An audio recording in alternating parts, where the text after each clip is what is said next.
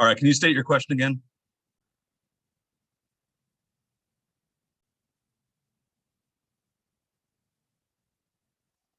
I think the question was, what's the point of bringing in this function? Was that what it was, Colin? Yeah, sorry, I forgot I muted myself again. Oh, that's okay. So in this case, and this is a pretty simple case. I'm guessing that Colin, you and probably others kind of reason through this as well. I know that as n gets very big, that argument, this pi over n, this argument is going to tend towards 0. And since sine of 0 is equal to 0, this overall sequence is going to tend towards 0. You're going to see things on the homework and maybe some of the quizzes where the sequences are going to be a little more, they might be a little more complex, and this just gives you, basically this theorem lets you bring in this extra layer. Basically, rather than, and it's kind of like, I think a good analogy for this is composite functions. Instead of looking at, no, this is not directly related, but let's say you have a function that looks like this, f of x equals the natural log of the secant of x squared plus e to the pi x. If I were to ask you to take a derivative of that, for example, there's no way you'd want to think about that function all at once. Basically, you're going to want to use the chain rule at a few different layers to kind of break that down into these nested composite functions. And if you have a particularly nasty looking sequence, you might want to do the same thing. So, I mean, so over the next week or so, I'm going to offer a lot of these different tests and tools to you, and they may or may not be useful in certain situations. So in this case, you definitely can use this theorem, but maybe you got away without using it. All right, so let's look at this sequence here. So a sub n equals n factorial over n to the n. And just based on experience, maybe we need a little reminder on how n factorial works. So let's do an example. If I write 4 factorial, what does that mean? Or how do I compute that?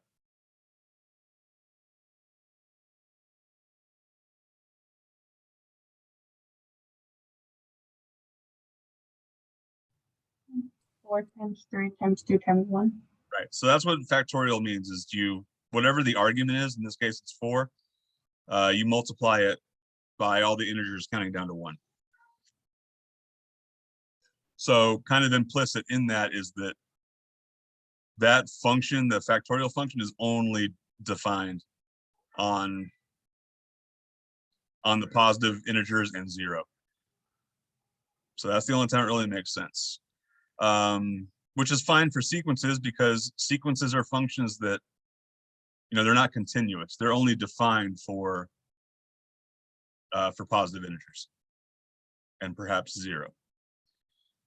So based on that, let's look at a general term here. Let's say a sub n is going to be equal to this: 1 times 2 times 3 times 4, continuing all the way up to whatever n was. And then n to the n is basically just going to be the product of n copies of n. So this denominator is going to look like this: n times n times n, so on.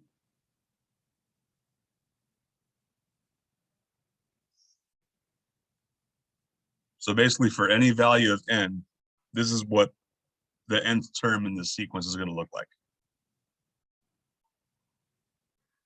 So let me do this. Let me factor out a 1 over n.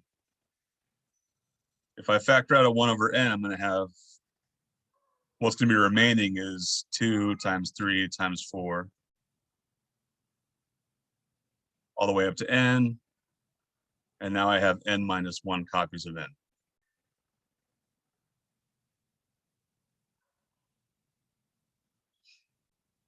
And I'll go ahead and ask this now. Maybe I should have asked this at the beginning, but do we have any idea if this sequence converges or diverges? Can we tell by looking at it, reasoning through it? Do we have any idea?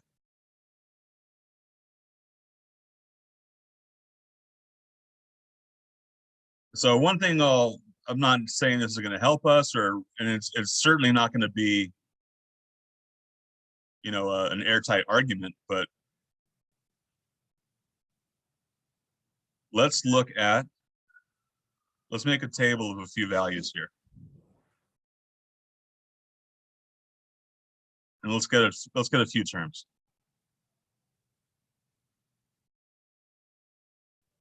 We'll start with 5 and see if that gives us any insight to what the series or what the sequence is going to do. So when n is equal to 1, 1 factorial over 1 to the 1 is going to be 1. 2 factorial is 2. 2 to the power of 2 is 4. So that's 1/2. 3 factorial is 3 times 2 times 1 equals 6. And 3 to the power of 3 is 27. And that should reduce down to 2/9.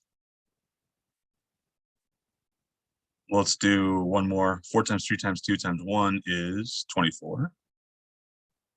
And 4 to the 4th, I think, is 256.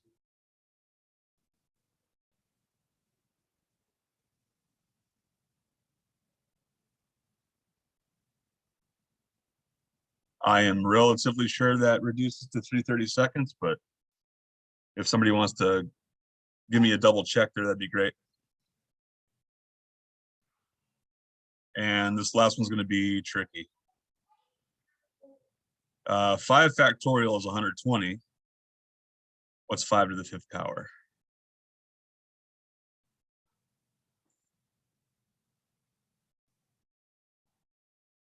I believe it's 3,125.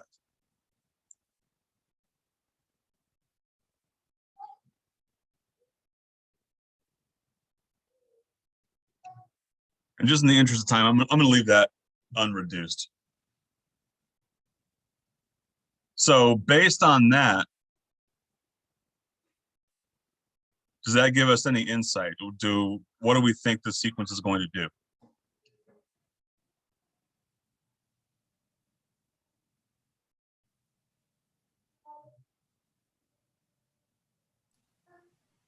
Converge to 0. Okay, so we suspect that this sequence converges to 0.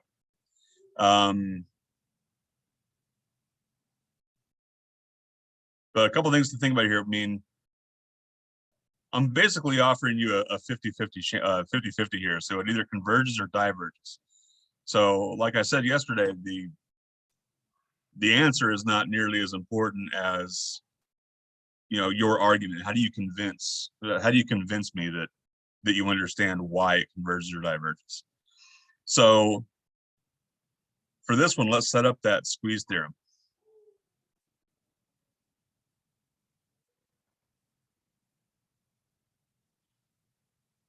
So here's my sequence A sub n. It's a very strange looking sequence. So here's what I would like to do. If I can come up with these other sequences, B sub n and C sub n, that are simpler and have the same limit, then that'll prove for me that A sub n converges to the same thing. So let's talk about B sub n. And really we can focus on this table here. Is there a good sequence I can use that's like a good like lower limit, or shouldn't say limit, like a lower boundary for this one?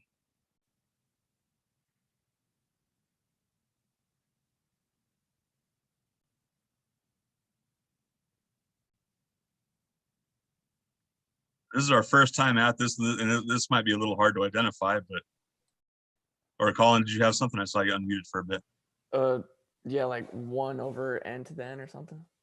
1 over n to the n. Yeah. So I believe that is going to be true, except 1 over n to the n is not. So here's the thing. That sequence, I believe I could argue that 1 over n to the n is less than,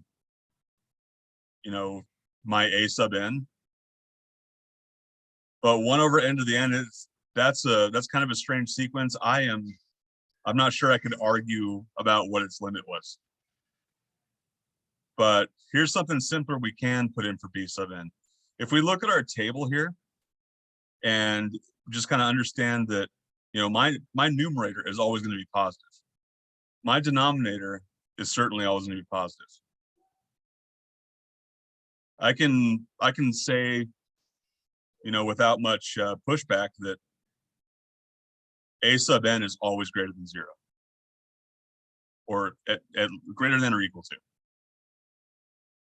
Really, I could take off the equal sign, but that's fine. I'm going to leave it as greater than or equal to. So that's basically my lower boundary. I know for sure that a sub n will always be at least as big as 0. So now what I would like to do is do the opposite end. Is there some sequence that will always be at least as big as an? So we have, basically, I pulled out this 1 over n, and I'm left with this 2 times 3 times 4, and so on over, n minus 1 copies of n. Is it fair to say that this thing right here is less than or equal to 1? No matter what the value of n is.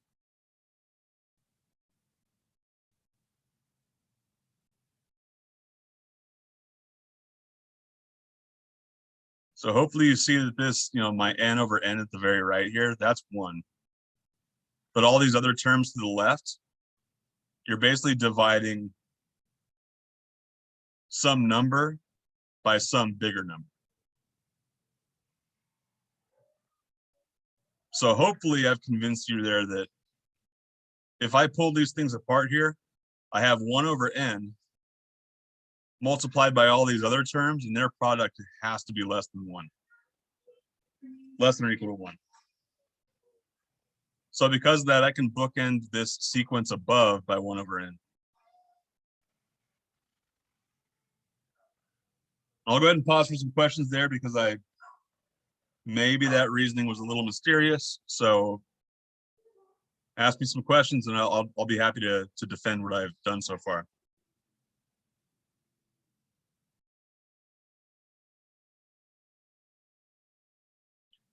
So from here, the Squeeze theorem says basically, if I can prove that the sequence on the left and the sequence on the right have the same limit, then as a consequence, I get that the sequence in the middle has the same limit.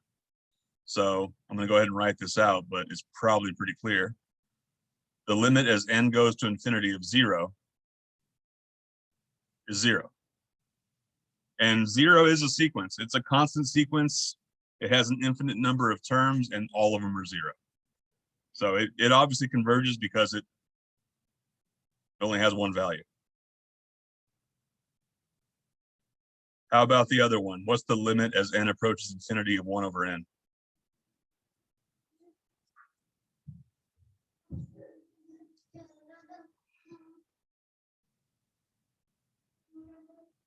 It's going to go to 0. That goes to 0 as well. So by the Squeeze theorem,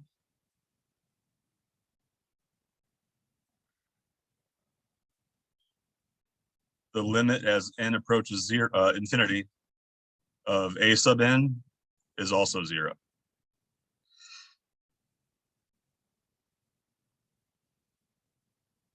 So Squeeze theorem is really powerful. for you all who are just seeing it for the first time, the difficulty is going to be how do I identify these functions that I can use basically as my upper and lower boundaries. Any questions on how we applied that?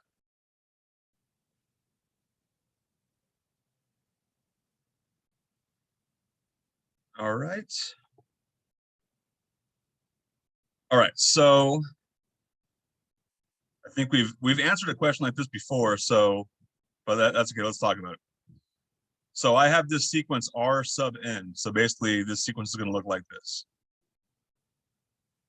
Not R sub n, R to the power of n. It's going to be R squared, R cubed, R to the fourth.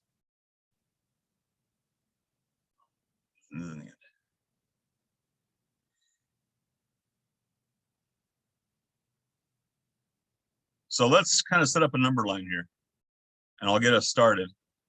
Basically, I want to identify the values of R that are going to make this series converge. So let's start with maybe the most obvious one. I think I said series, I meant sequence. When R is equal to 0, I hope that it's clear that this sequence converges. When R is equal to 0, that means all the terms in the sequence are 0. 0 is good. So how can we be a little more specific? Do we think that all positive numbers, all positive values of R are going to converge? Do we think any of them will? Like where do we draw that line?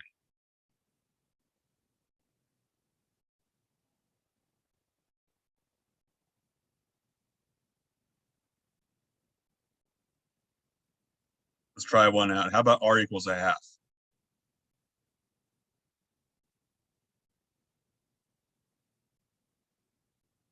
So we know 0 is okay. If R equals a half, will this sequence converge? Yeah. Yeah. So basically this sequence is going to look like this. 1/2, 1/4, 1/8. And we can see that's going to get smaller and smaller, trend towards 0. So 1/2 is good. What about 4? Diverge. That diverges. That's going to get larger and larger and larger. All right, so there's got to be something in the middle here where this behavior, it's got to be some kind of, dividing line between convergence and divergence. Where do we think that is? Would it be less than 1? Okay, I hear less than 1. So far, I think less than 1 is good. But what about 1 itself? When R is equal to 1, is this thing going to converge? Yeah. Yeah, it will. That's kind of the same situation as 0. If R is equal to 1, then all the terms in the sequence are 1.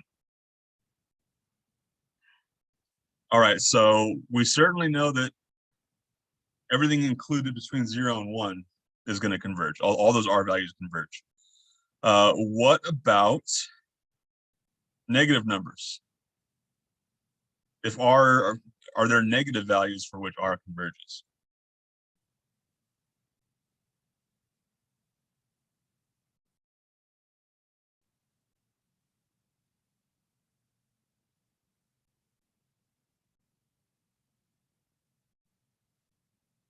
I guess let's look at -1/2 and -4.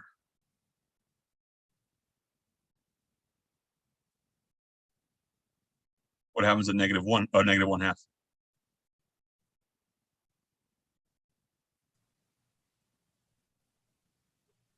I think that would also converge. Yeah, so if I have R equals -1/2 and I have -1/2, 1/4, -1/8. So it alternates, but that's okay because it is still trending to 0. And -4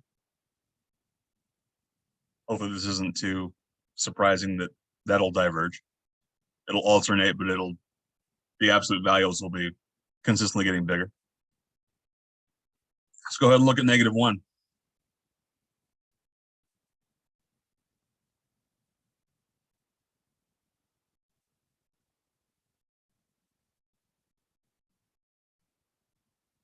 So I'm going to go ahead and spoil this for you, that basically everything between -1 and 1 converges. But what about -1 itself? What happens when R is equal to -1? It alternates between It 1 and alternates. It alternates between 1 and -1.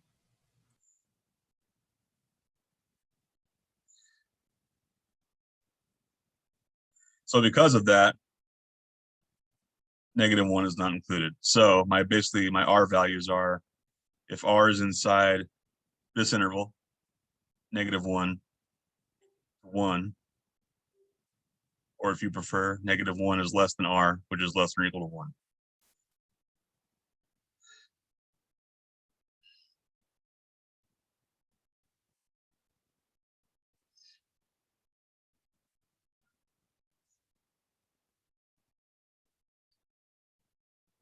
All right, let's go ahead and keep moving. So let me give you a couple of terms and definitions about the behavior of sequences. So let's talk about monotone sequences. So two kinds of monotone sequences, if you want to get more specific. So you can have increasing sequences and decreasing sequences. So, and they are probably what you suspect they are. So if one term is less than or equal to the next term, no matter where you are in the sequence, that sequence is increasing. If one term is always bigger than the next term, no matter where you are in the sequence, that sequence is decreasing.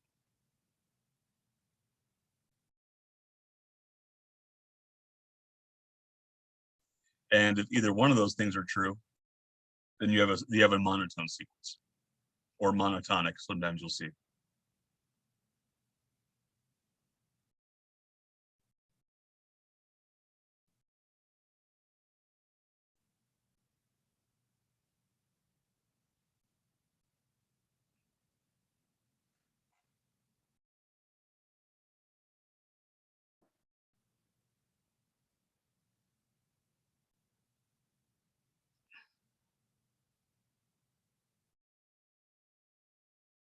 The next thing I will bring up or talk about is bounding. So a sequence is bounded above. Basically, if it has an upper limit, if you have this real number, capital M, such that every term in your sequence is going to be less than that, less than or equal to that. Bounded below is a very similar idea. If you have some number capital M where every term is greater than or equal to that, then you have a sequence that's bounded below.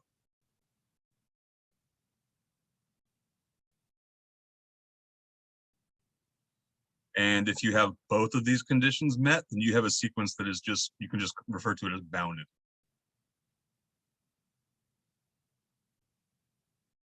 It has a definite minimum, it has a definite maximum.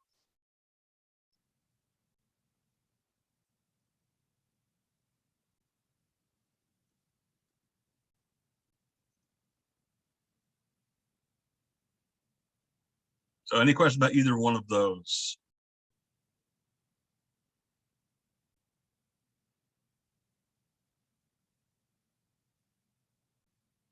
Okay. All right, so let's categorize a few of these things. So I have the sequence -1 to the n.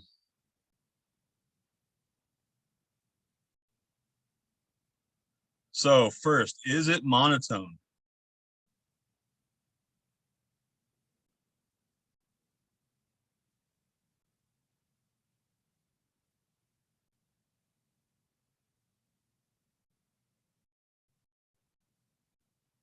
We talked about this sequence briefly last night, but this is your sequence that will just alternate indefinitely between 1 and -1.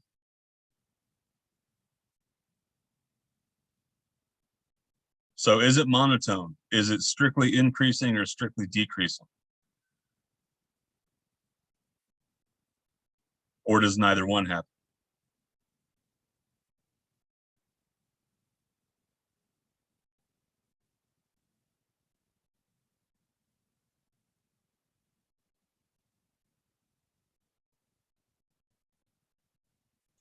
Is it neither?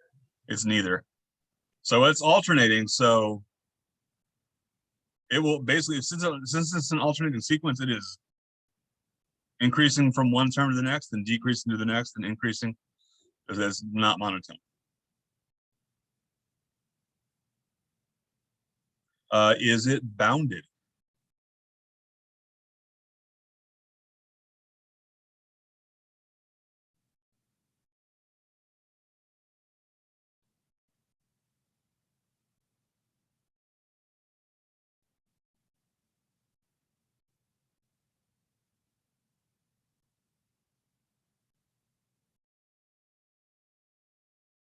So let me ask this another way.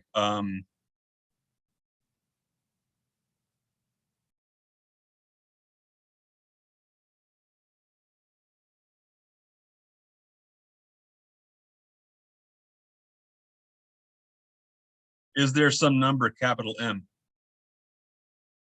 that I can say every term in my sequence is less than or equal to?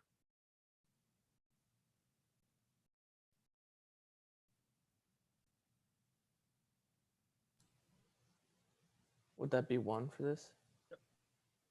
None of my terms in my sequence are greater than 1.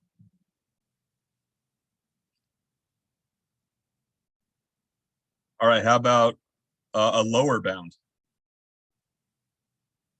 Is there some other number that I can say my sequence is at least as large as for all n?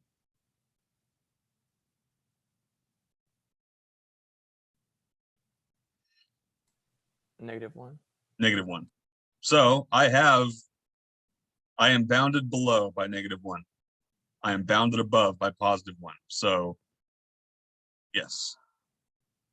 And basically I know this is true. -1 is less than or equal to a sub n, which is less than or equal to 1 for all n.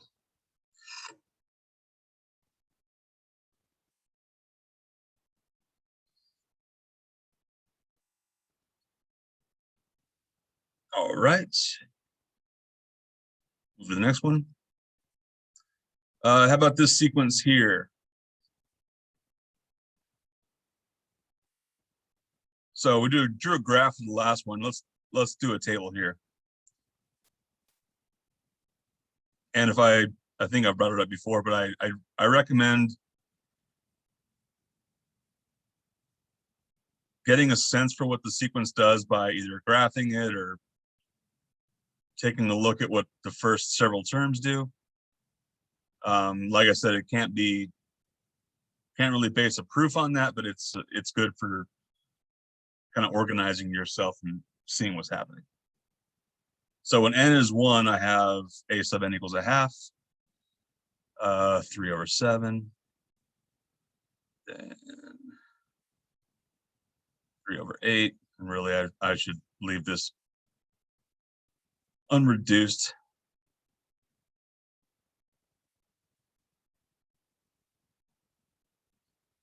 All right, so is it 3/6, 3/7, 3/8, 3/9, 3/10? We continue that way indefinitely. So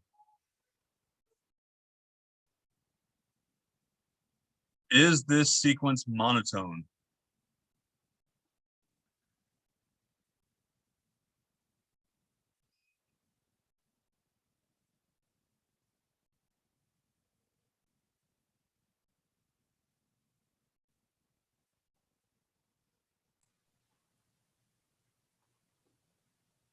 I think so.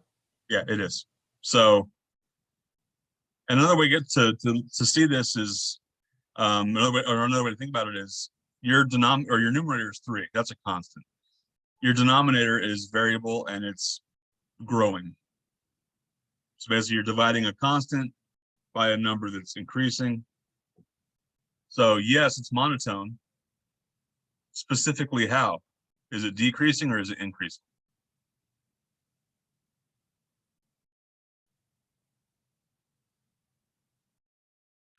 Professor? Yeah. So an alternating function is not monotone, right?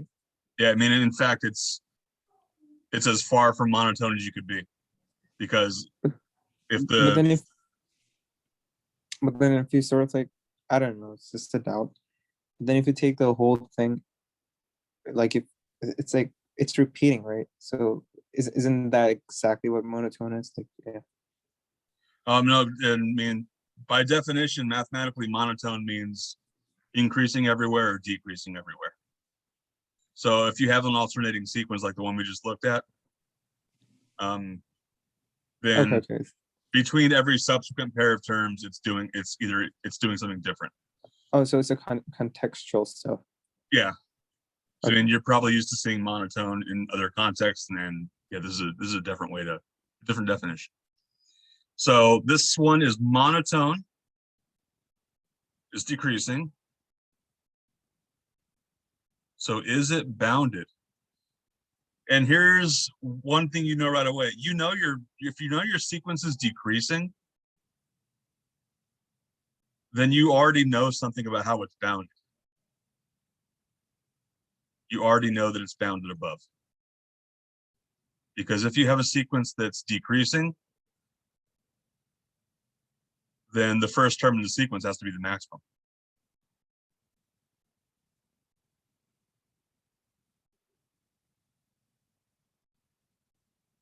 All right, so, but that's not enough to tell us that we're bounded. Is this sequence bounded below? Does it have a minimum?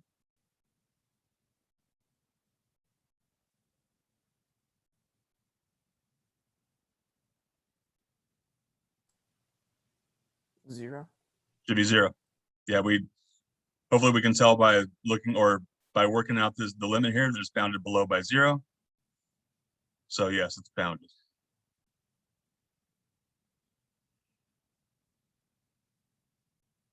And it's bounded on the interval.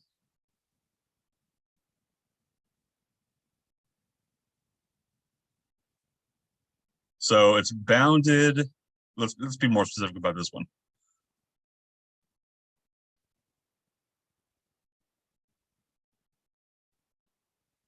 It's bounded above by 1/2, and it definitely can equal 1/2. It does for n equals 1. Is this sequence ever equal to 0? Is there some value of n that makes a sub n 0? No. No. So this is the interval that it exists on. It's bounded below by 0, but it can't equal 0. Oh, so it's a. I don't. Okay, so is there some sort of exact value for a sub n? No, I mean greater this is related to what we talked about yesterday with convergence. So let's think about this number epsilon, which is just basically no matter what positive number you give me, no matter how small it is, I can find an n that will have the sequence between 0 and that number. So both of these things are true, even though they might not seem like they could be true at the same time.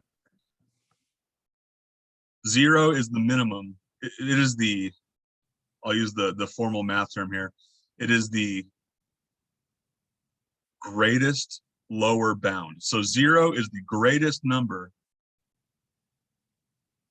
that every term in the sequence is at least as big as. So you can think of 0 being the minimum value of this sequence, yet this sequence never equals 0. But there is no positive number that I can say this sequence is bounded below by. Because for every positive number I could get between that number and 0.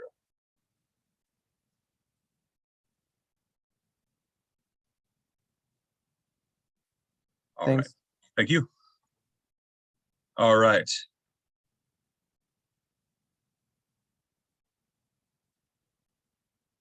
How about this guy? Is it monotone?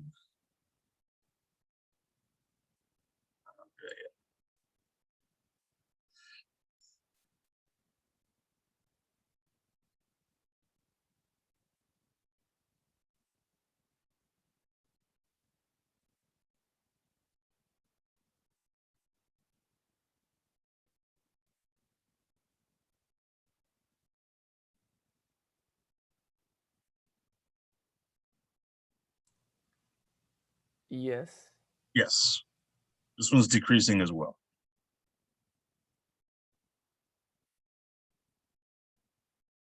Which, as we just saw,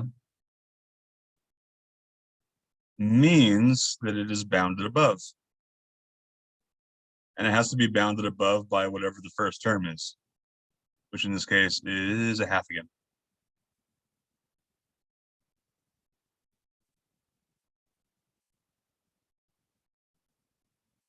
Is it bounded below?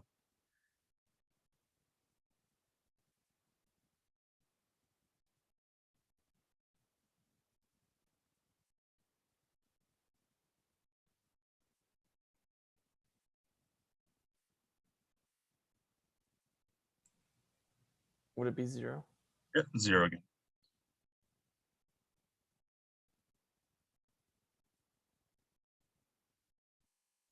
And one thing you can definitely do here is, if you want to evaluate the limit,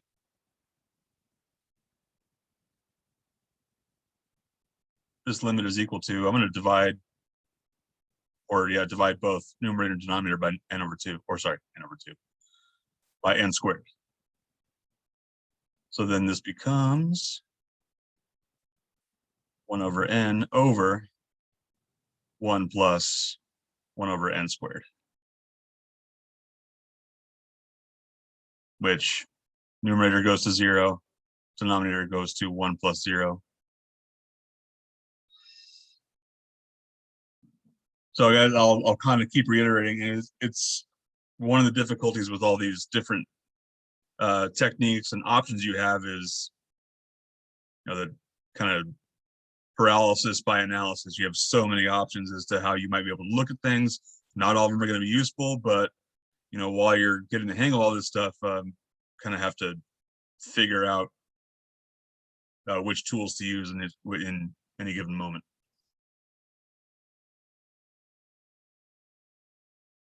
I think we've done enough of these. Let's go ahead and move on.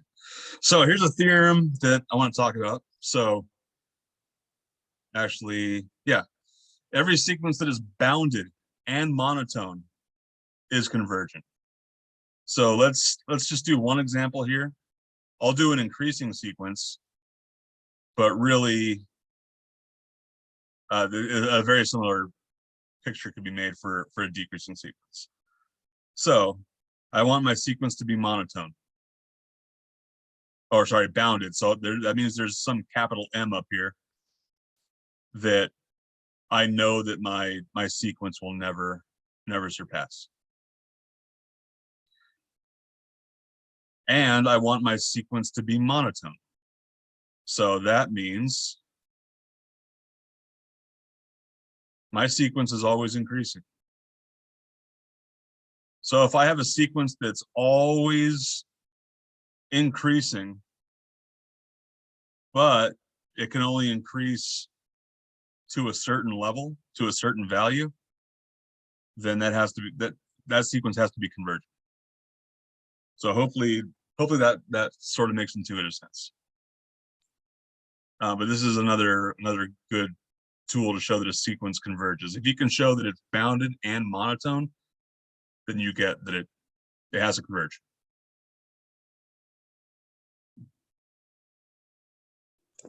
So if it's only bounded and not monotone, why would it not converge? We have actually seen an example. So let's go back a few slides.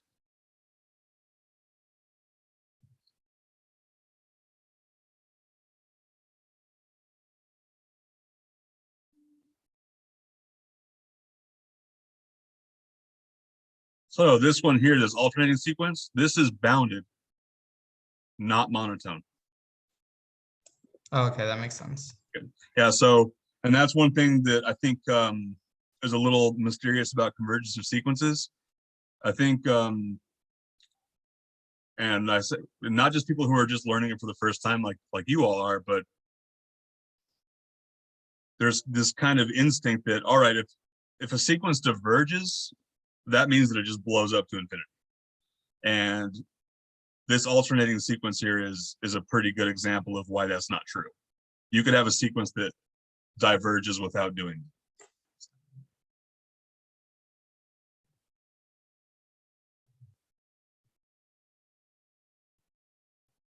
So every sequence that is bounded and monotone is convergent.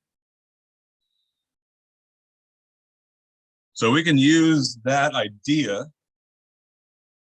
to prove that a sequence converges. So this guy here,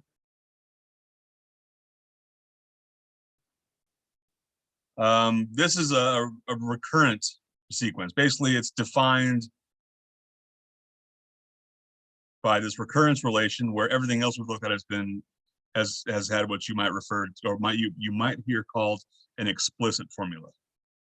Or basically, if I know what the value of n is, I can plug it into my formula and get that value of the term.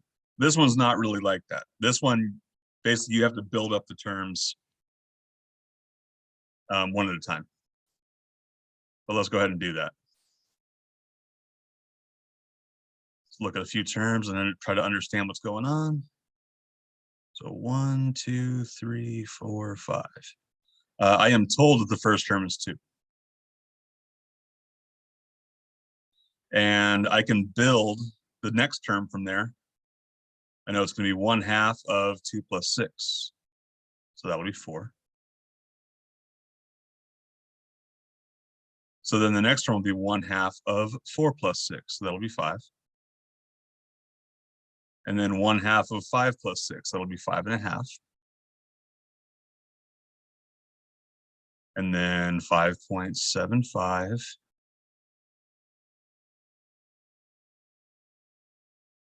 Let's do 2 more. 5.875, and then this last one I'll need some calculator help on.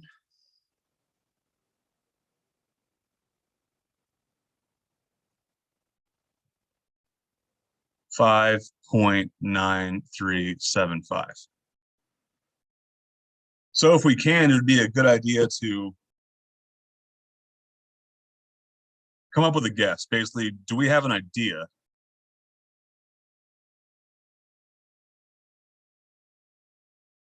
Do I have an idea of what a sub n will go to?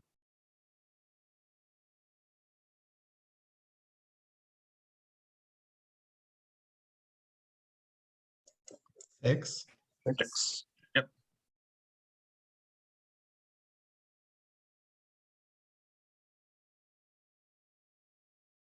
So I can clearly see. So here's my checklist, basically.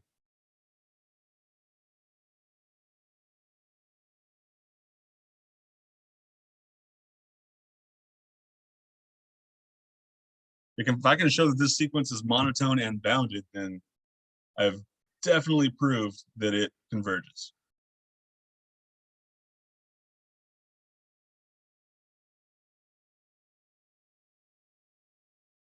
So hopefully you can tell from the table here that it starts off, at least, for the first 7 terms we have, it's definitely increasing.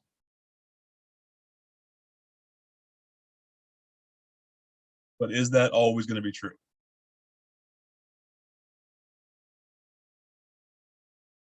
So let's all that. let's check that it's monotone. Let's say that for some value of k, that I have that basically one term is bigger than the last one. And I know, I can see from my table that that happens a lot. So now I just want to prove that that happens all the time. No matter what k is, this will happen. So basically what I want to do from here is prove that this is true of the next term. So I'm going to add 6 to both sides.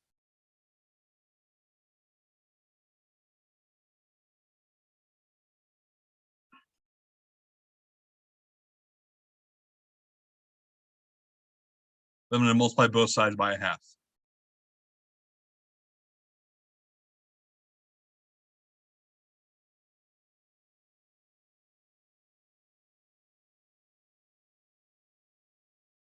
So why did I do that? Do these expressions on the left and right hand side of the inequality look familiar?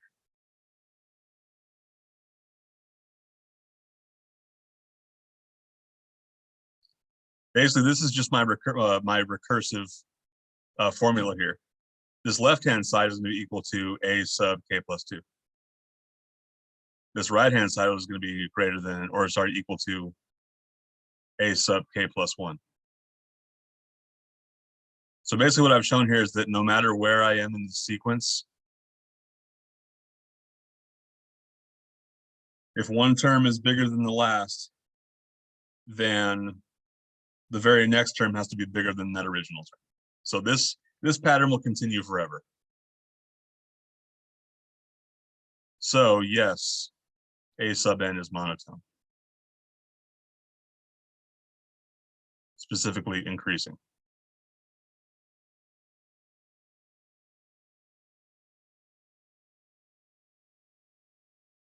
So is it bounded? We think it is, but what if we get tricked and we go way out in the future and we get something that's bigger than 6? So now we have to show that it's bounded. So I'm going to do this again. I'm going to suppose that for some k, a sub k is less than 6. And I know I can do that because I see I've already made a table where lots of values that's true. So if a sub k is less than 6, then let's add 6 to both sides. I get a sub k plus 6 is less than 12. And then we'll cut this in half.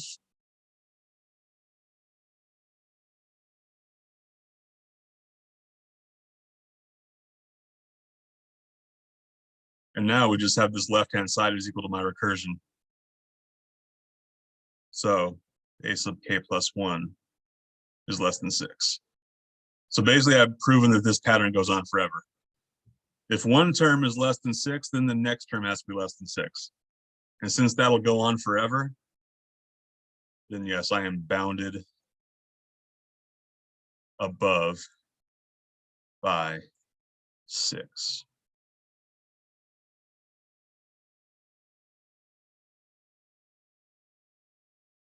And we kind of get for free that we're bounded below by 2.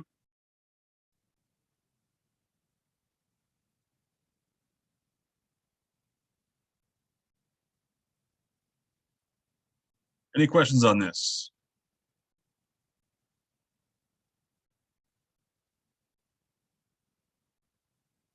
All right. That was all for that one. So kind of a long intro, but I think a valuable one into sequences.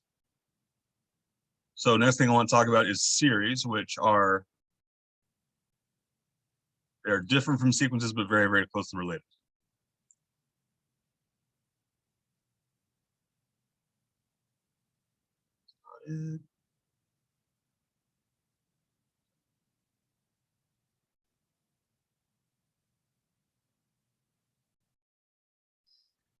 All right, so series. Now, a few definitions to get us started.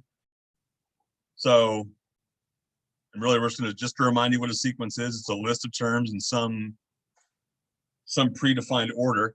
And the way we're going to build up to series is through this new sequence called a sequence of partial sums, which usually you'll see me note as lowercase s of n, s sub n. So basically each term of s sub n gives the sum of the first n terms of a sub n. So let's just do kind of a silly example up here. Let's say a sub n is equal to just 1, 2, 3, 4, 5, 6, and so on. Then what the sequence s sub n is the sum of the first 1 terms. So that's just 1. Then the sum of the first 2 terms, so that would be 3. Then the sum of the first 3 terms, that would be 6. And then 10, and then 15, 21, so on. So that's how the sequence of partial sums is built from, you know, whatever your base sequence is.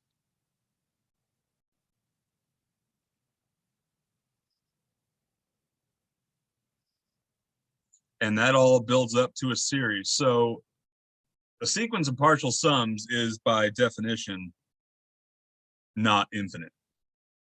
I am taking the first so many terms of a sequence and adding them all together. That will always give me a number. I'm adding a finite number of finite terms or finitely valued terms together. It has to be finite. The series might not be, because that's infinite. The series is I'm adding an infinite number of numbers together. So if the sequence of partial sums converges, then the series converges. So I'm going to go ahead and highlight the word partial here. That's a partial sum. The series really is an infinite sum.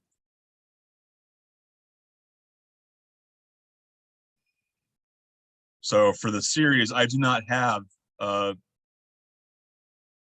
final value of n where I'm going to stop collecting terms and adding them together. This one, I'm adding all the terms together. Any questions so far on just those definitions, those relationships so far?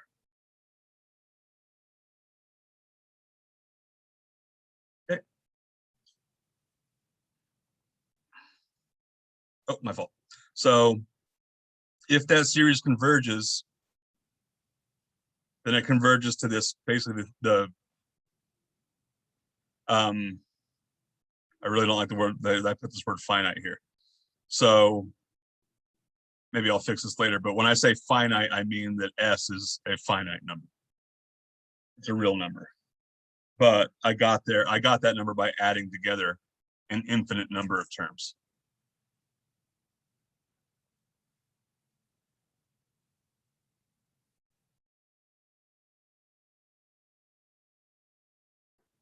All right, let's keep on going. So we got an example here. So what I'm looking here is the sequence of partial sums. And let's say, so basically I am not telling you what this sequence is equal to, but I do know that the sequence of partial sums is given by this formula, 2n over 3n plus 5. So does the series converge? And just to kind of remind you of what we just said, the series converge. Another way I can ask this is, does the sequence of partial sums converge?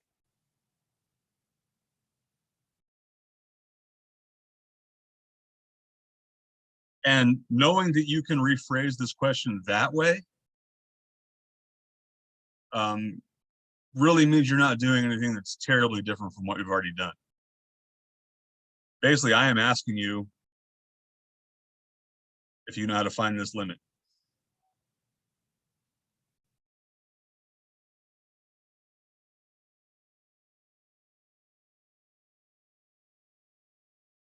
So do we know how to find this limit?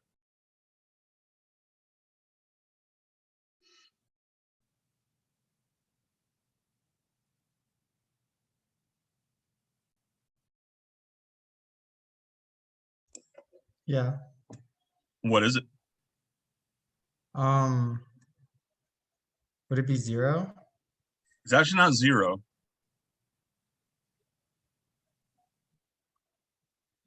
So I'll remind you of this technique here. I'm going to multiply both sides by 1, or both numerator and denominator by 1 over n. And then this becomes the limit of 2 over 3 plus 5 over n.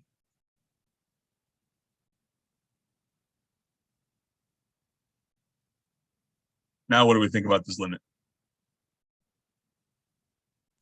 It'd be 2/3. 2/3. So basically what I have shown here is, so this limit exists, then that means that this is true. The sum as n goes from 1 to infinity of all the terms in a sub n is 2/3.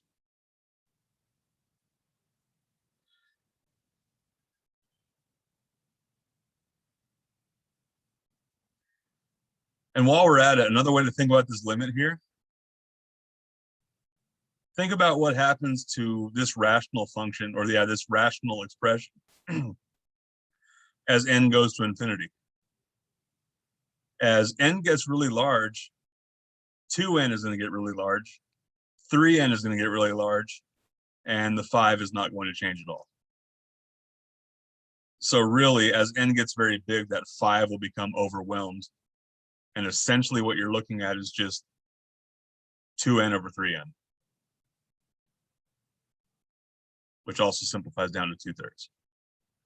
So yes, this series converges, and it has a sum of 2/3. Any questions there? All right.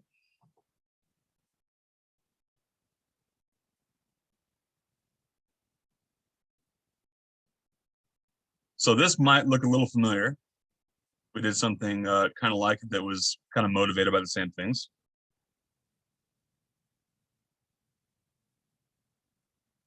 So I'll go ahead and kind of jump us forward here.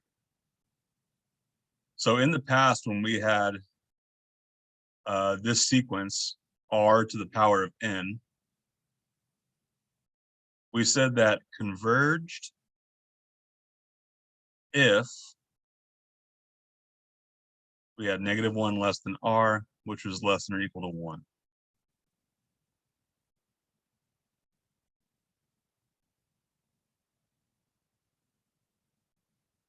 So now let's think about that here. Now, so that was a sequence. This is a series. I am now gonna, instead of just listing out the terms and seeing if they trend towards some limit, now I'm gonna list out those terms, but I'm also gonna add them all together. So that's a little bit of a different situation.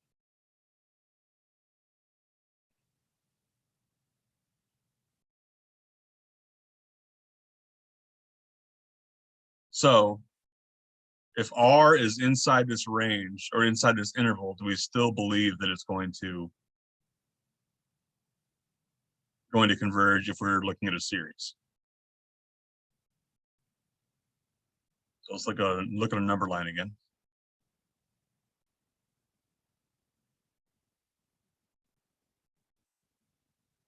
So assuming a is not 0, I mean, if a is equal to 0, this thing will converge no matter what r is. So hopefully it's clear that if r is 0, then this series will just converge to a, because you'll have a plus 0 plus 0. Basically, the only non-zero term you're gonna have is a. So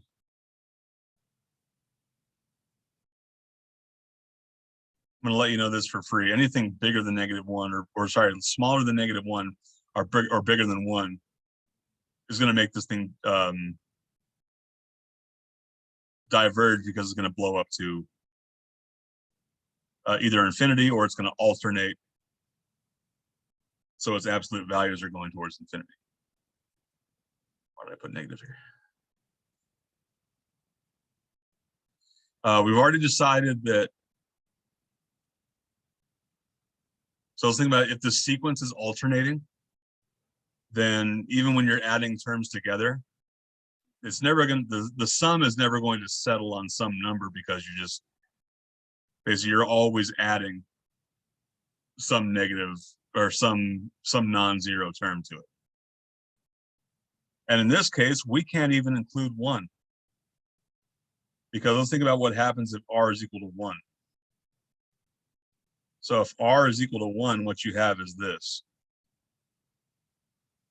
You have a plus a plus a plus a plus a, on and on and on. You get now. Yeah, it'll never converge. If every new term adds on another a, then I'm never going to converge. So basically, now that I'm talking about a series, and this is a specific type of series that I won't give away what it's called just yet, but I'll write it in capitals, series converges if r is now strictly between -1 and 1.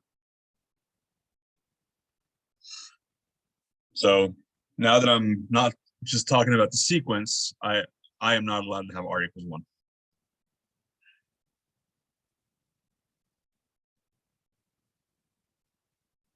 So let's talk about what kind of series this is.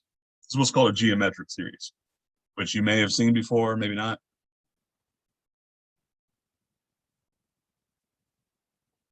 Well, what a geometric series is this. It has something called a common ratio. And usually that's called R. And basically what the common ratio is and it's some value that you can multiply by any term in the sequence and you'll get the next term. So basically, the entire sequence is governed by this common ratio. I can multiply it by one term to get the next. Then I can multiply that term by R to get the very next one, and that continues indefinitely. So geometric sequence is a very regular, well-defined structure. When do they converge? Like we just said, if the common ratio of R is strictly between -1 and 1, the geometric series converges. And that's it. That's the only condition. If you want to know if a geometric series converges, that's what you're looking for.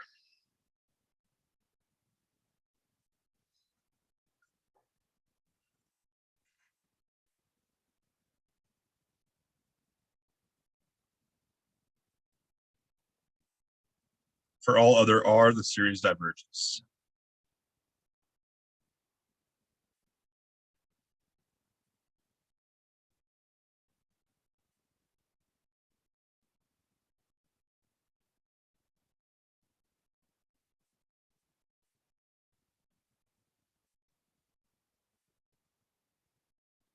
All right. So let's go ahead and look at one.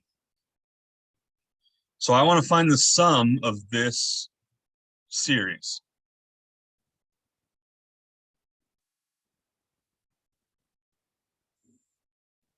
So this is our first one. So let's confirm that it's even geometric.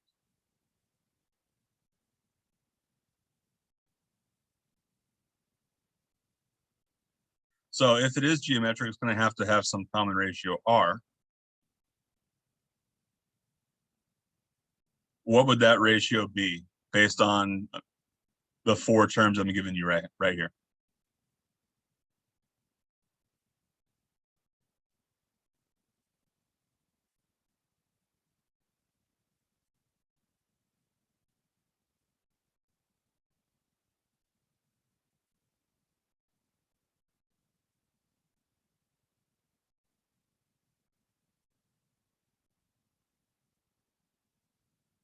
Another 5 times r will equal negative 10/3.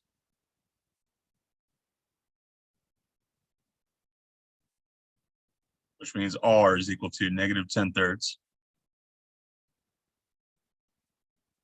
times 1/5, which is negative 2/3.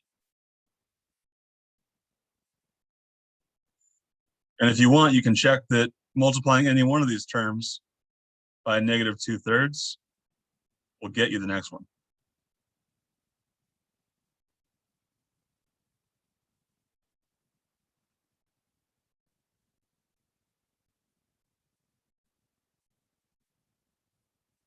So my common ratio is negative 2/3. So does this geometric series converge or diverge?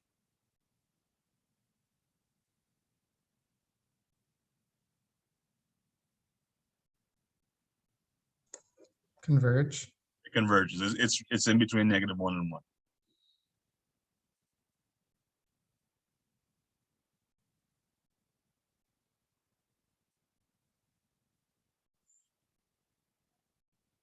So since it converges, this sum must exist.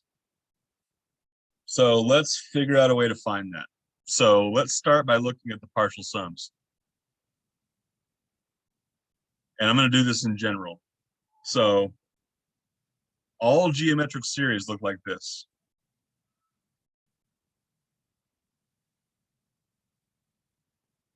If the first term is a, the next term has to be ar.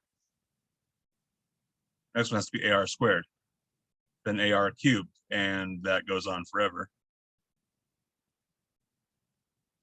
So if I want to find the partial sum from one of these things, it's going to be a plus ar squared plus ar cubed plus ... all the way up to a to the r to the power of n minus 1. Remember, this s sub n, that's a partial sum of my first n terms. And basically, my first term has a power on r of 0. So basically, you're counting powers. The powers on r are going to go from 0 to n minus 1.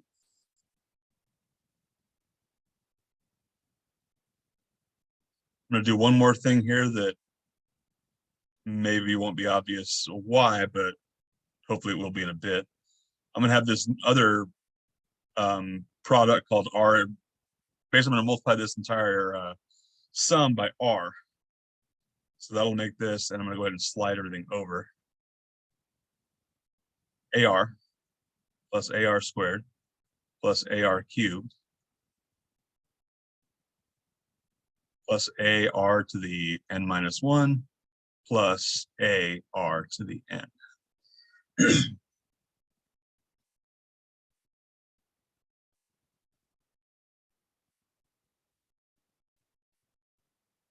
Now, I want to find the difference between these two things. So hopefully by staggering these this way, I've showed that this difference is just simply going to be a minus a times r to the n.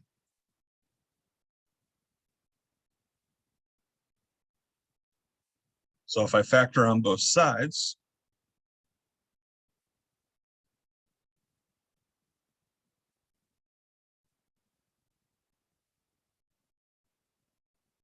then I got my partial sum is equal to this.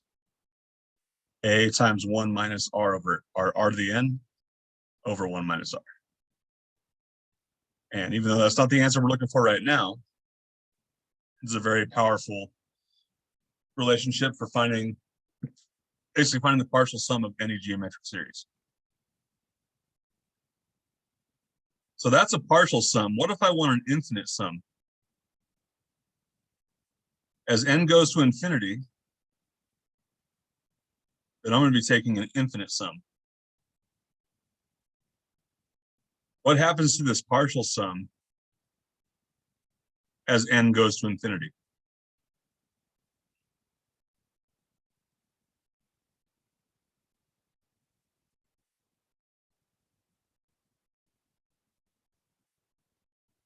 And I'm really asking, what is r to the power of n going to do? That's the only place where n shows up in that. Would diverge. It shouldn't diverge because, so for right here, we are assuming that -1 is less than r, which is less than 1. So actually, that's not true. The partial sum will always exist. But for the infinite sum to exist, the series has to converge. And the only way the series converges is if r is inside that interval between -1 and 1.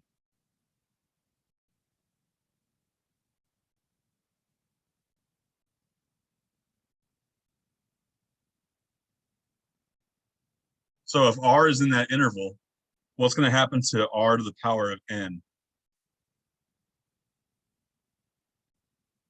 as n gets really large?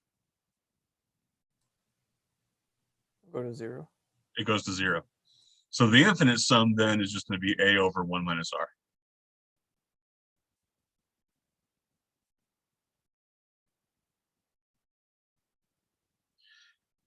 So now that we have these things, let's go ahead and use them. So for this sequence,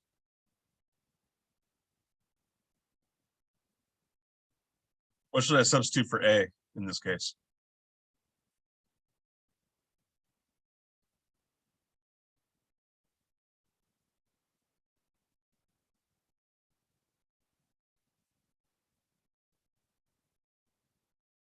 Take a look at what we've done and what a stood for. Would it be the first term? Yeah, a stands for the first term. So a is 5. And then what should we put in for r?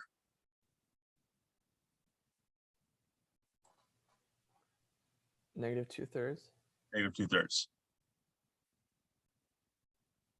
So now we get 5 over 5/3. So the sum of this infinite series is 3.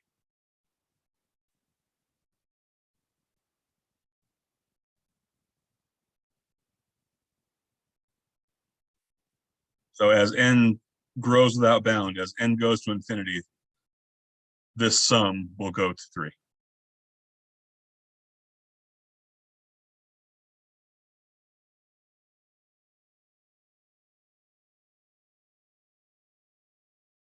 Any questions here?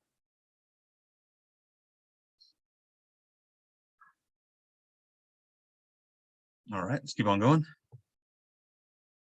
All right, this thing, is this series convergent or divergent?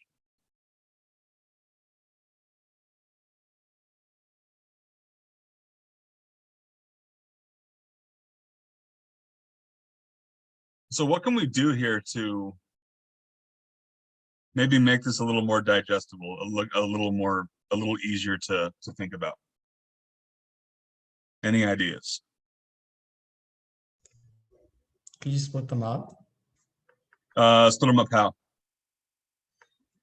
2 to the n times 2, and then 3 and the 1 minus n.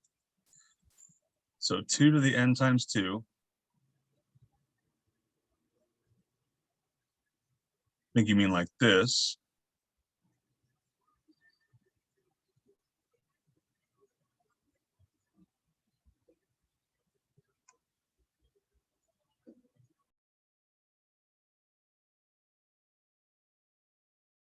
Can I go any further? Can I simplify this anymore?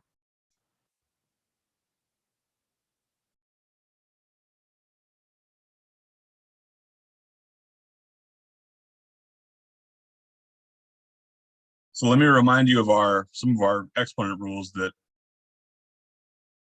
I'm sure we know, but maybe we don't realize that we can use them in ways here. So this 2 to the 2n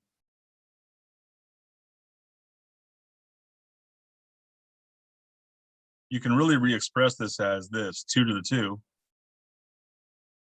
and that raised to the power of n. Because think about what happens when you have a power raised to a power.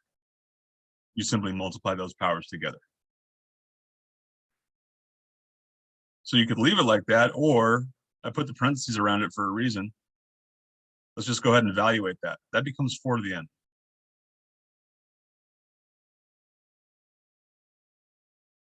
So I can look at this as 4 to the n times 3 to the 1 minus n.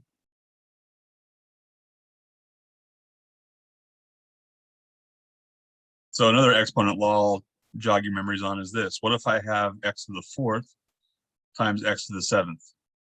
What does that equal to?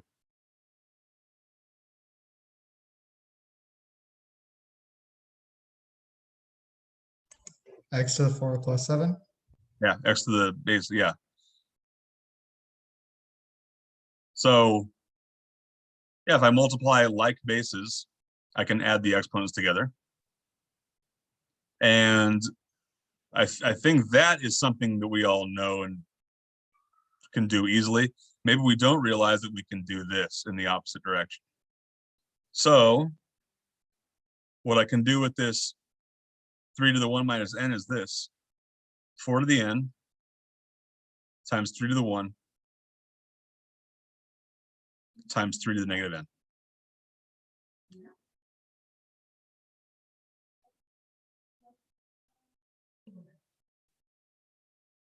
And how does this 3 to the negative n work? How can I rewrite that?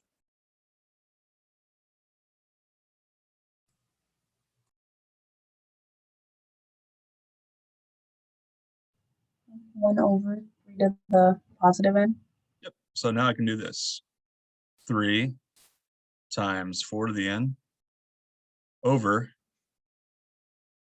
3 to the n. And I might as well do this now. 3 times 4/3 to the n.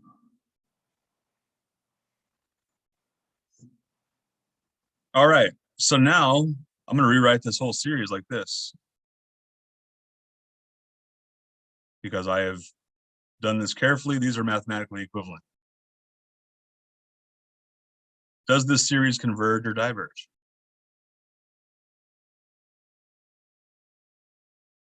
Diverge. Diverge is how do you know? Because the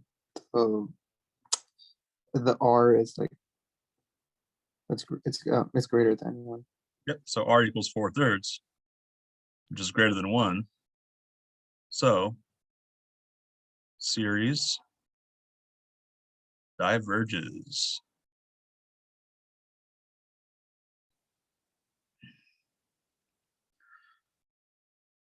So another tool I can offer you here that will help is, this, I keep going back to this, but it's usually pretty helpful. Let's say you looked at that thing and maybe it wasn't even obvious. Let's say you saw this and I didn't have geometric series as the title of this slide. Maybe you weren't convinced that this thing actually is a geometric series. So let's look at the first few terms here. If n equals 1, I'm going to try to evaluate it from the original expression here. That'll be 2 squared, 4 times 3 to the power of 0, which is 1. So that should come out to be 4. And then if n is 2, then that should be 2 to the power of 4, which is 16 over 3. If n is 3, I'll have 2 to the power of 6, which is 64 over 9.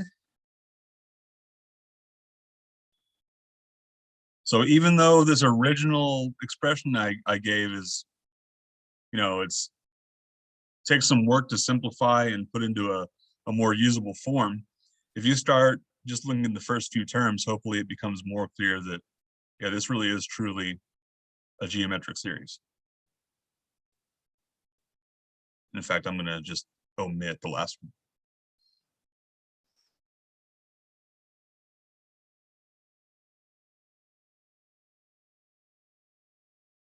But really, the bottom line is, if I can find my common ratio and knowing what I know about how geometric series behave, that's the only evidence I need to show you this series diverges.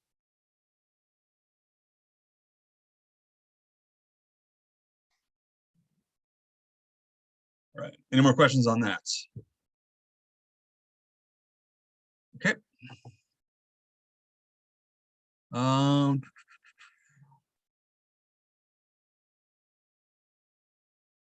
Yeah, let's go ahead and do this one before we take a break for a bit. So I have a drug administered to a patient once a day, same time every day. And I have basically, I'm forming this sequence C sub n to represent the concentration after the nth injection. So basically from day to day, 30% of the drug remains, and every dose raises the concentration by 0.2 milligrams per milliliter. So let's get started by doing this. Really, and I want the concentration after 3 days. That's my first job here. So let's try to figure that out.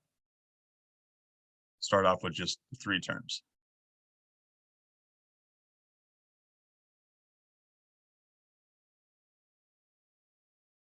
So before I start this treatment, how much of this is, I mean, this isn't really determine our sequence, but before I start this treatment, how much of this drug is in my body?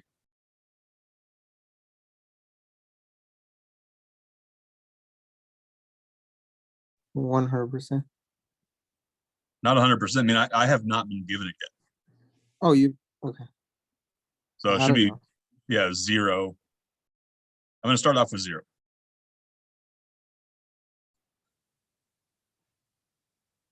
So the first treatment is basically, I'm going to have 30% of that 0, but I'm going to add 0.2.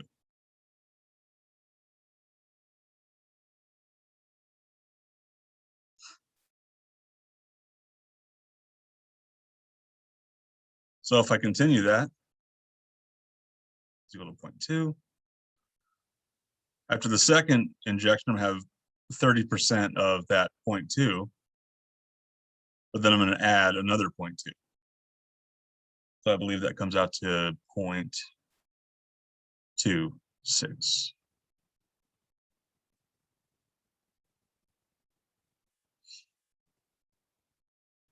And then the third one, which is my first bullet here, I'm going to have 30% of that 0.26, but then I'll add 0.2 more milligrams. I should really be labeling this with units.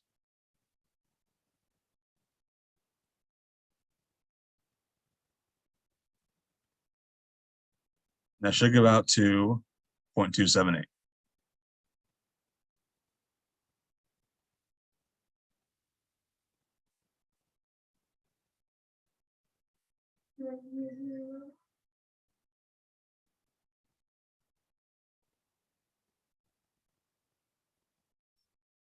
So any questions about how I calculated those first 3 points?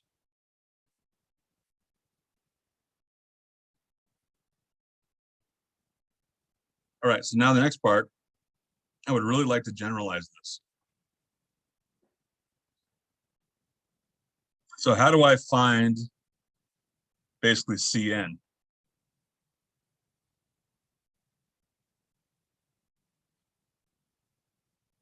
So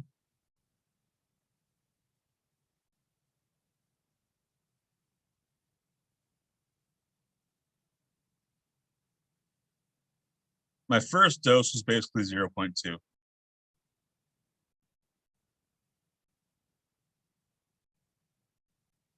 And then from there, what did I add on? I added on 0.06. Or really, this is probably the better way to express it. 0.2 times 0.3.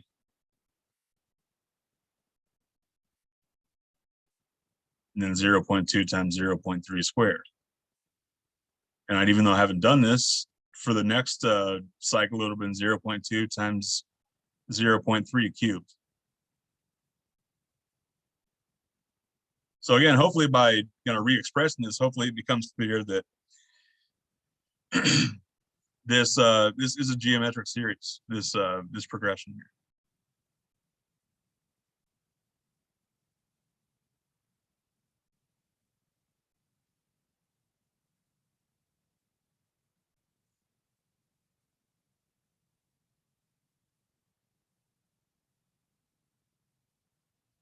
So basically, I'm just going to leave this in this form here,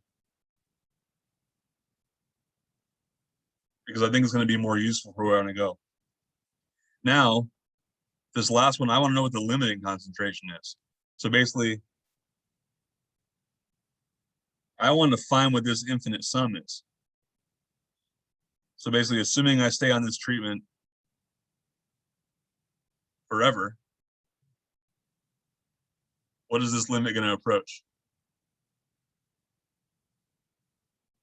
And since I'm dealing with a geometric series, I'm really looking at this this relationship here. So what's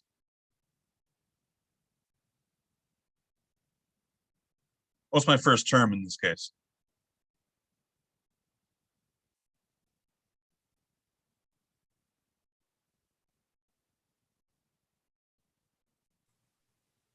Point 2. Yep, 0.2. And what's this common ratio R?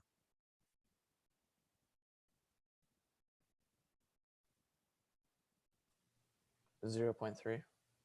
0.3. So this comes out to be 0.2 over 0.7. Just 2/7, or I'll approximate it, 2.286 milligrams per milliliter.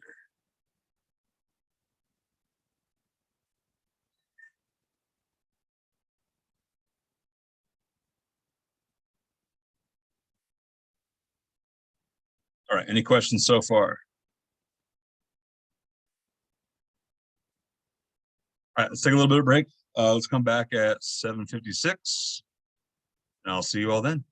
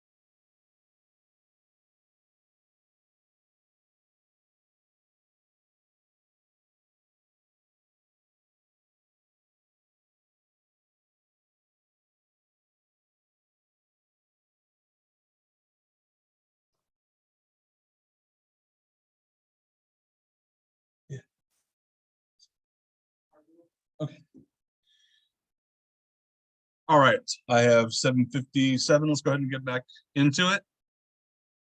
So still talking about geometric series. Let's go ahead and talk about this strange series here. So it might be a little strange to think about, but we're going to treat x as a constant, specifically some constant whose absolute value is less than 1.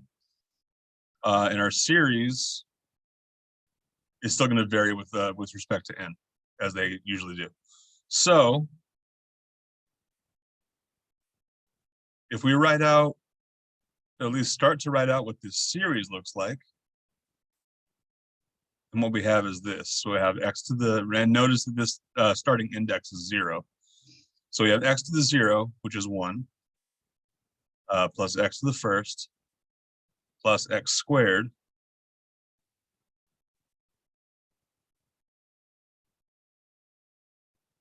Okay, so we want to find the sum of this series. As I write these terms out, what does this series look like?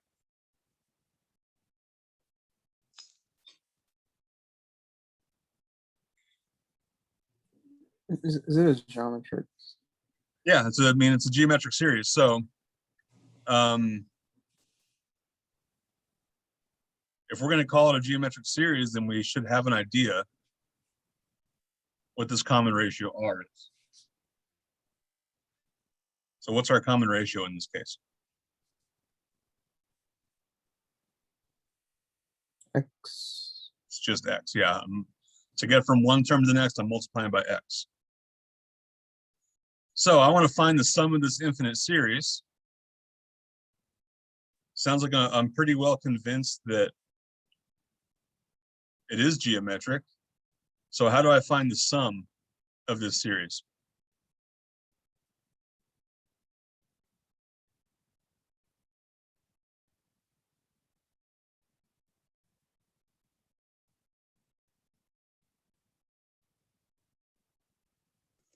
Would it be 1 over 1 minus x? How'd you get that? It's the formula we've been using, the a over 1 minus r. There you go. And what's our first term, Jacob? 1. 1. So yeah, 1 over 1 minus x. So yeah, basically, if I were to add up all these, this infinite number of terms in the sequence, then yes, the sum is 1 over 1 minus x.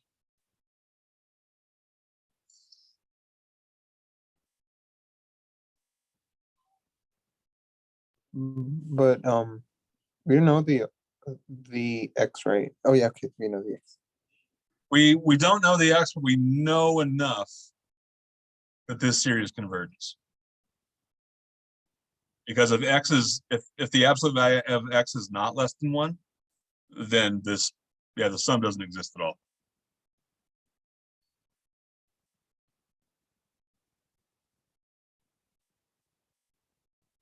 All right. So this series is not geometric, but we still, I'm asking for the sum, so there must be a way to find it. So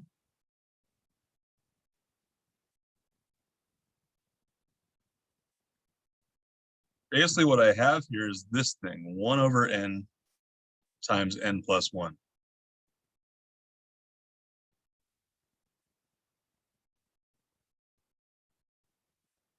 Is there any way we know of that we can re-express this or make it look a little simpler?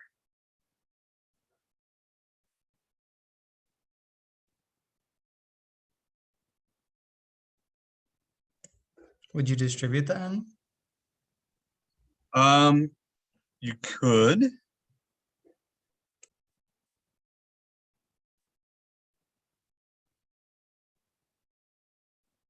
So what if I were to, let's try to write out a few of these, or kind of take a look at what this sequence starts like. So n equals 1, I have 1/2 plus 1/6 plus 1/12, 1/20th, and so on. So from there, I think it's kind of hard to, yeah, I'm not sure how I would go about attacking and finding what that sum is. So let's think about things we've done fairly recently. I have this 1/n times n plus 1. Do I have a way to break that apart?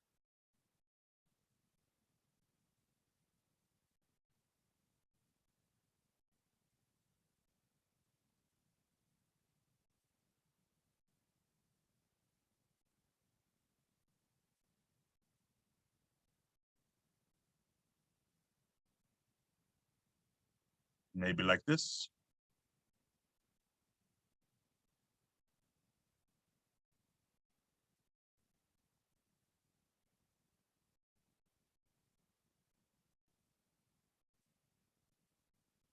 So yeah, that partial fraction stuff we did, you kind of in preparation for integration. And we can do the same kind of stuff. We can do the same technique here. So we carry this process out. We get 1 equals a times n plus 1 plus b times n. So I let n equal -1, I get 1 equals negative b. B equals -1. If n equals 0, I get 1 equals a. So now I have this. This equals 1/n minus 1/n plus 1.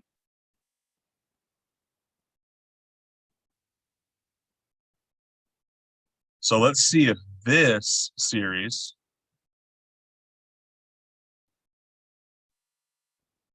is any easier to think about. So I have 1/n minus 1/n plus 1. So now let's write out a few of the first few terms when I express like this. When n equals 1, I have 1/1 minus 1/2. Then plus 1/2 minus 1/3 plus 1/3 minus 1/4.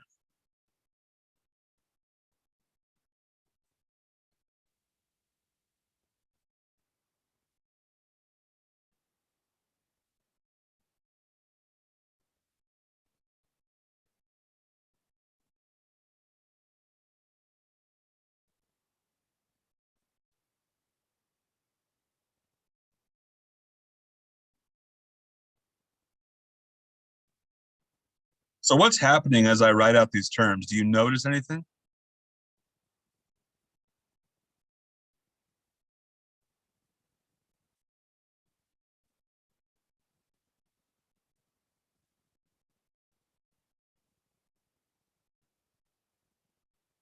What if I take a partial sum? So first n terms. I get 1/1 minus 1/2.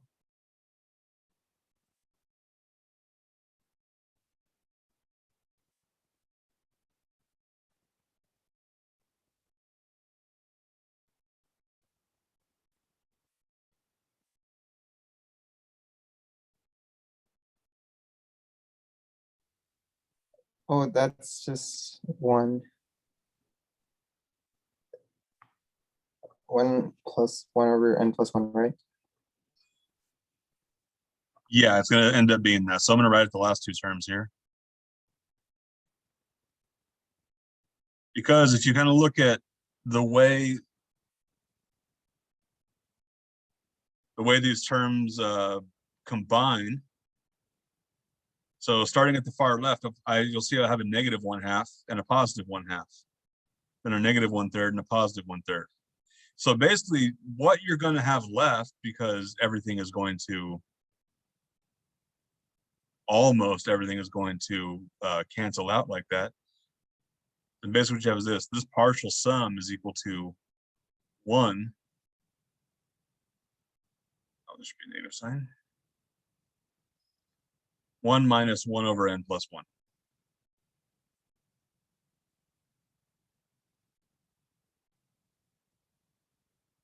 So that's the partial sum. What happens as n goes to infinity?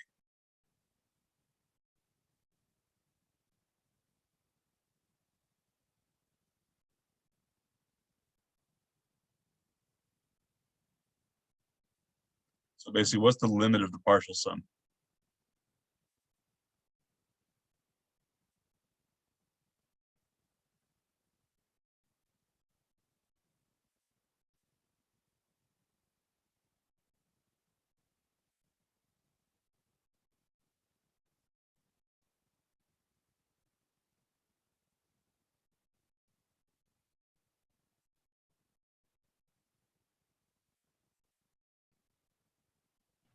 Then just one.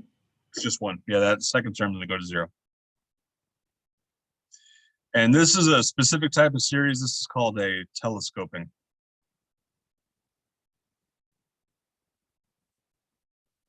Series, which is kind of a strange name. It comes from, is if you imagine one of those collapsible, like spyglass telescopes, that inspired this name because all those middle terms, except for the very first and the very last, fall away.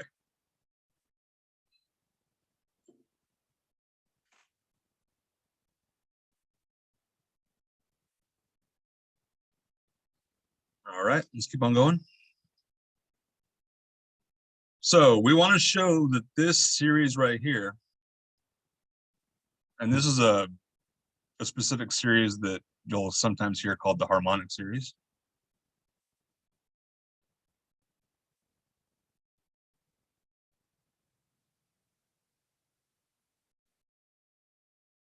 We want to show that this thing diverges.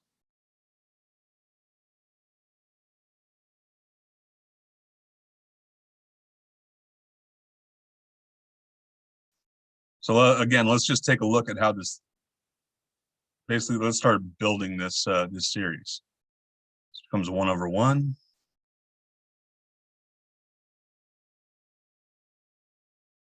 Plus 1 over 2. Plus 1 over 3. I'm going to go to the first 8.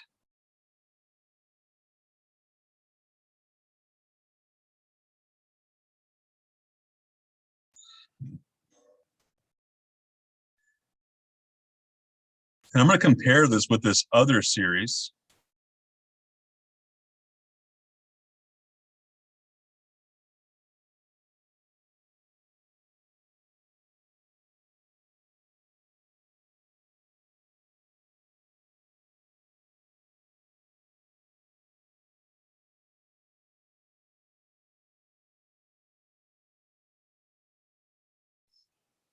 Oh, no.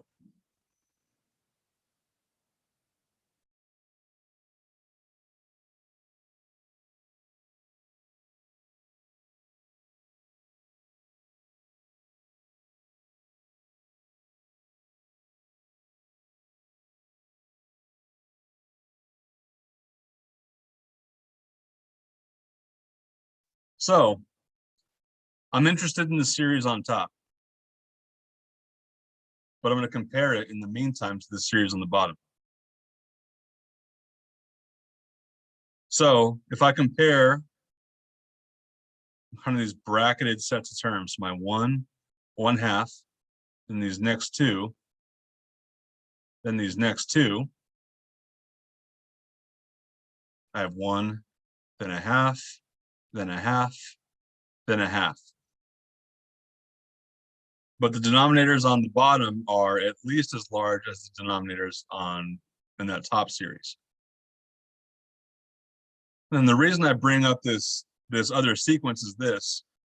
I can always find a few more terms that when I add them together, I can basically make another half. So, and I can do this indefinitely. So clearly, and I'll call this this other sequence B sub n.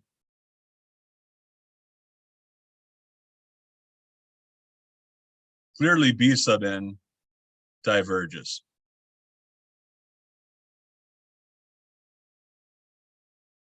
Because I can basically I have constructed this sequence in a way that no matter how far out I go, the sum will always keep getting larger. It's unbounded. So, and I know this, A sub n is greater than or equal to B sub n. So, if the series associated with B sub n diverges, then any other sequence that I can bring in that is larger than that has to have the same conclusion.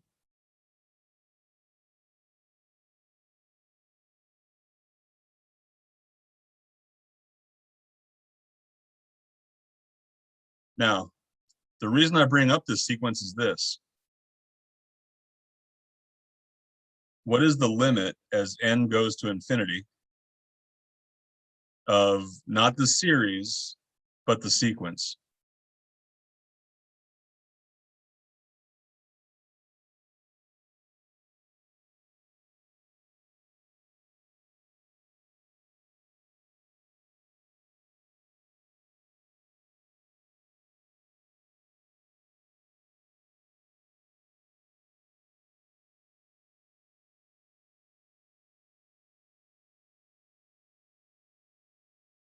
And we've seen this a few times by now. Hopefully you realize that limit's 0.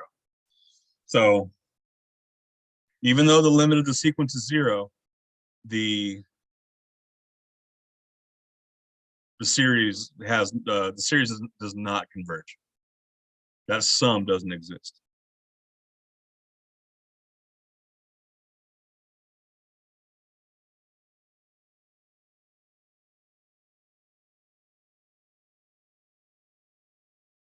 So let's look at something here. Let's say we have this series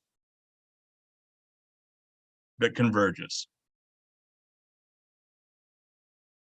If I have a series based on this sequence and the series converges, what does that mean about A sub n? Specifically, what does that mean about this? The limit as n approaches infinity of A sub n.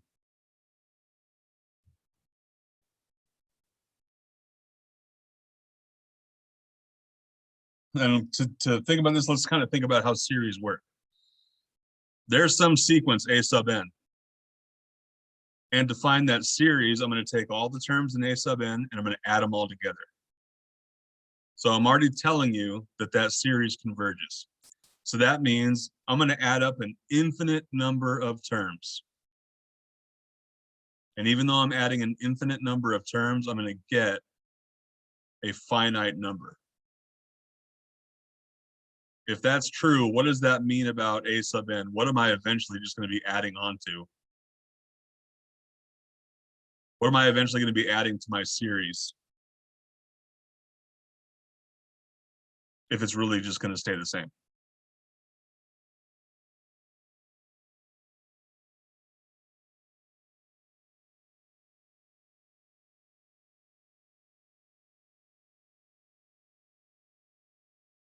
Let's try to do an example here. So if I have, actually, let's go from the series. Let's say I have a series that looks like this.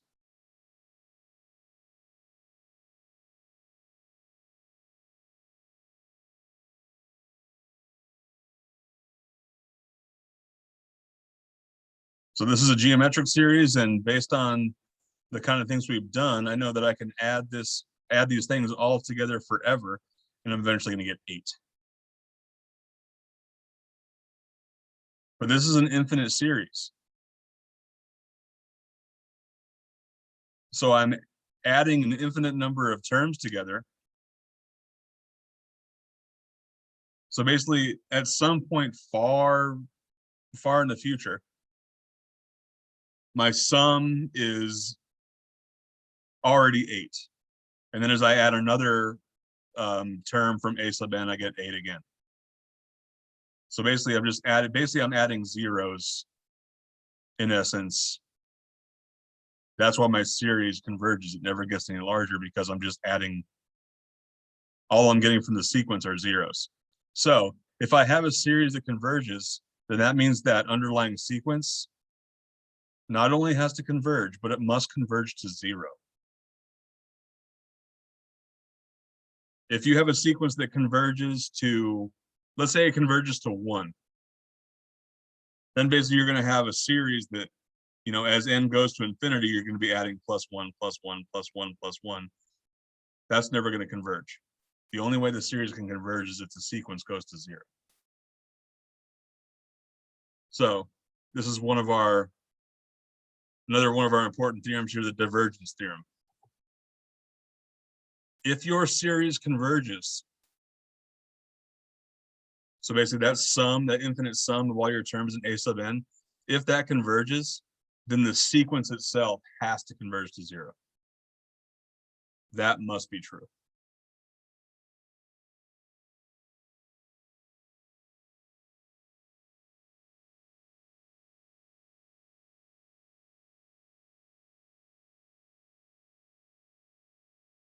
So that's one way to look at this. Here's another way that it's going to be valuable.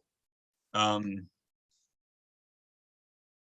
really, I can take what's called the contrapositive of this statement.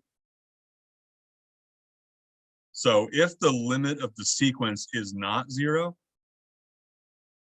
then the series does not converge. The series diverges.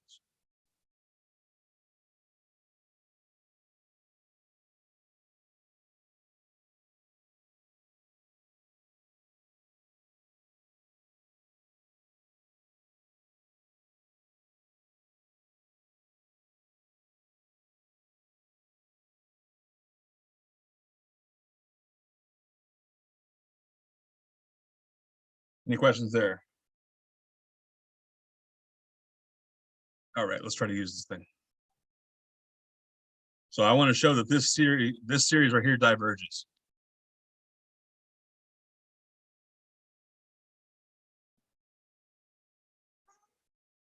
So the series involves, you know, the sum of an infinite number of terms. So now what we're going to use is, we would really like to use that divergence theorem.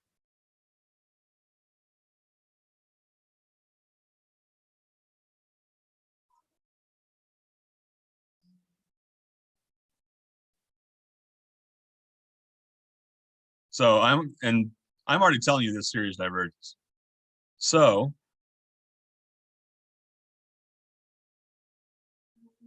I am telling you that this thing diverges.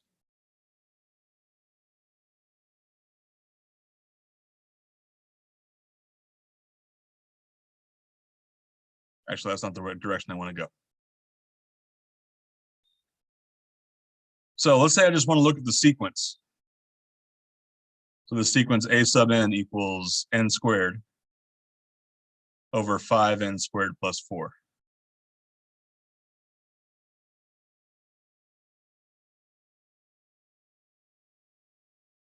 What's something I could learn about this sequence that would prove to me that that series above diverges?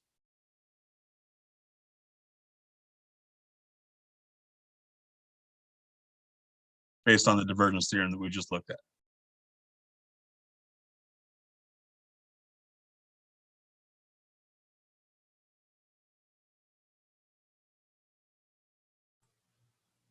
You find the limit. Find the limit. And what are we hoping this limit's equal to?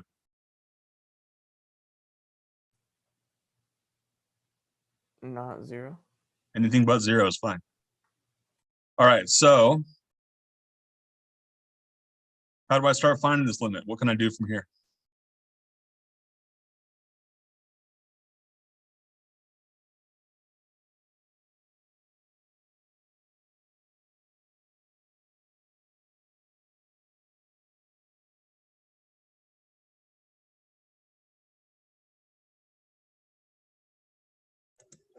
Could you multiply the top and the bottom by 1 over n squared?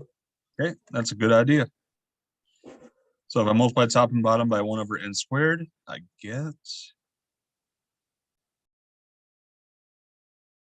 1 over 5 plus 4 over n squared. And yes, that comes out to be 1 over 5. And that's all I need. The fact that 1 over 5 is not equal to 0. That's my proof. So the sequence itself does not converge to 0. So that means the series can't converge to anything.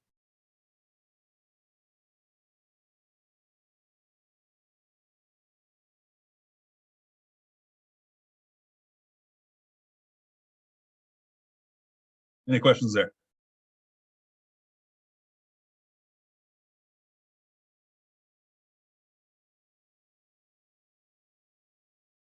All right, moving on.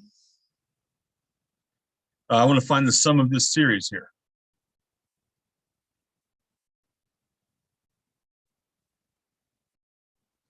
And one thing to note is that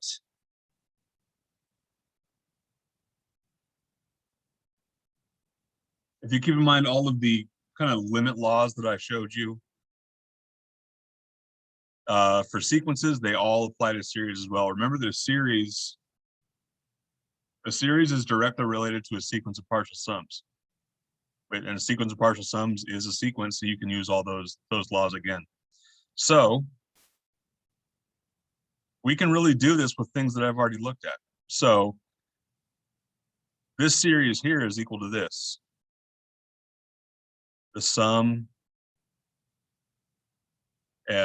from 1 to infinity of 3 over n times n plus 1 plus the sum from 1 to infinity of 1 over 2 to the n. And more specifically, I can factor out this 3.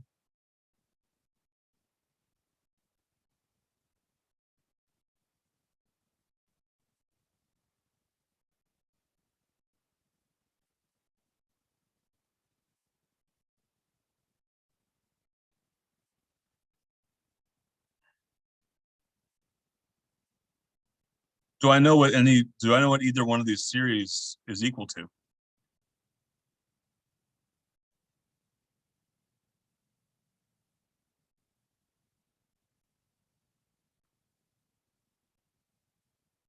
If you look back a few slides, hopefully you remember, or hopefully you have the sum of this series right here is just 1. So remember that this came from basically, this is the telescoping series that we did a few examples ago. And really the main reason I'm showing you this example here is that, don't forget that you can break these sequences and series apart based on those properties that we went over last time. Now let's talk about this other one on its own. How do I find the sum of this series here?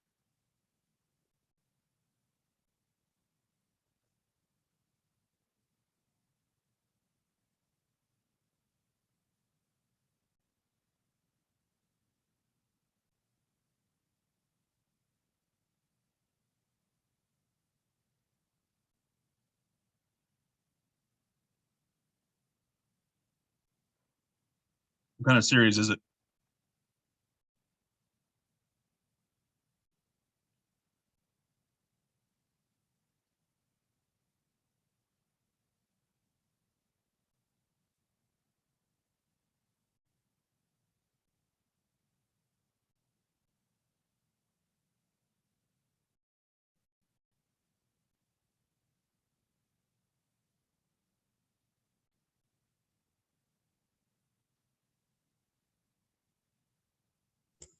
Wouldn't it go to 0? Well, the sequence would go to 0, but not the series. So what kind of series is this? So if we write out the first few terms, we'll get 1/2, 1/4, 1/8, 1/16. What kind of series does that look like?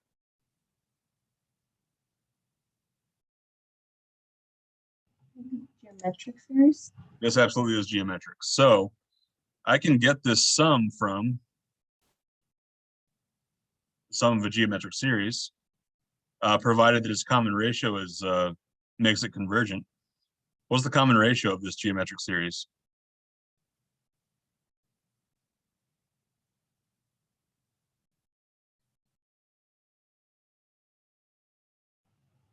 Half. Yeah, it's 1/2. And on also the first term is 1/2. So I get 1/2 over 1 minus 1/2, and that is equal to 1. So because of that, I guess that the sum of this series is 3 plus 1 is equal to 4.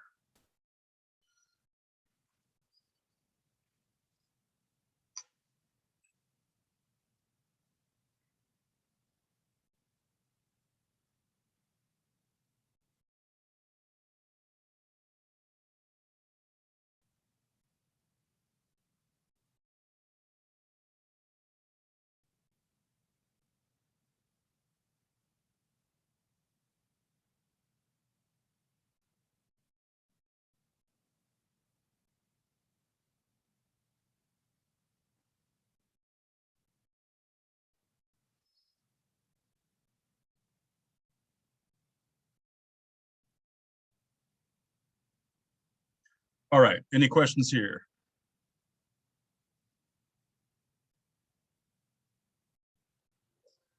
All right, so right now I have about 8:30. There was one more section I wanted to cover tonight, but I think I would rather just hold off on it than start it and then have you all sit on it for 5 days. So I'm gonna go ahead and break here. I'm gonna go ahead and stop sharing now. I'll stop recording.